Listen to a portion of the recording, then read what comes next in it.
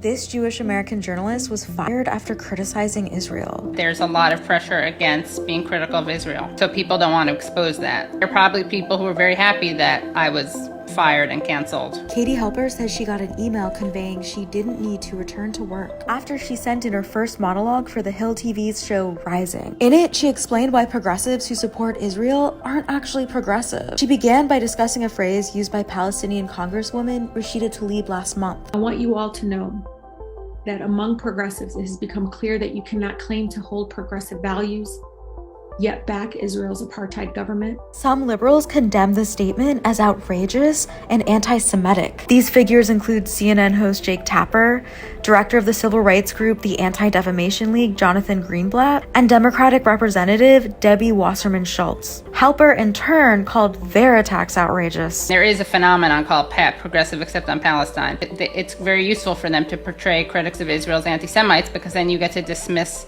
what's legitimate criticism based on human rights, a concern with human rights, as anti-Semitic. She says it's important for her to use her platform to speak out against Israel's actions, because people need to know that Jewish people are not a monolith. You'll hear some Jews saying, "Not in my name." They don't say that they're being oppressed, but that's kind of what the implicit argument is. Halper says progressive Jewish people need to recognize there can be no exceptions when it comes to caring about human rights. I could move to Israel today, buy a house, get a job, travel around with no problem.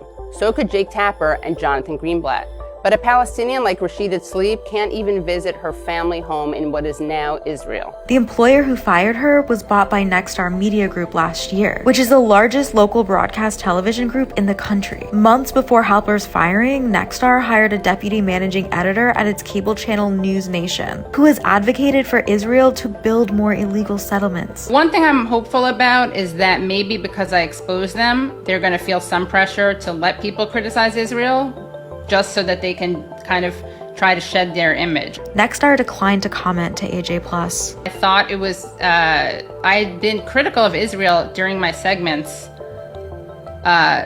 several times, so I was really shocked.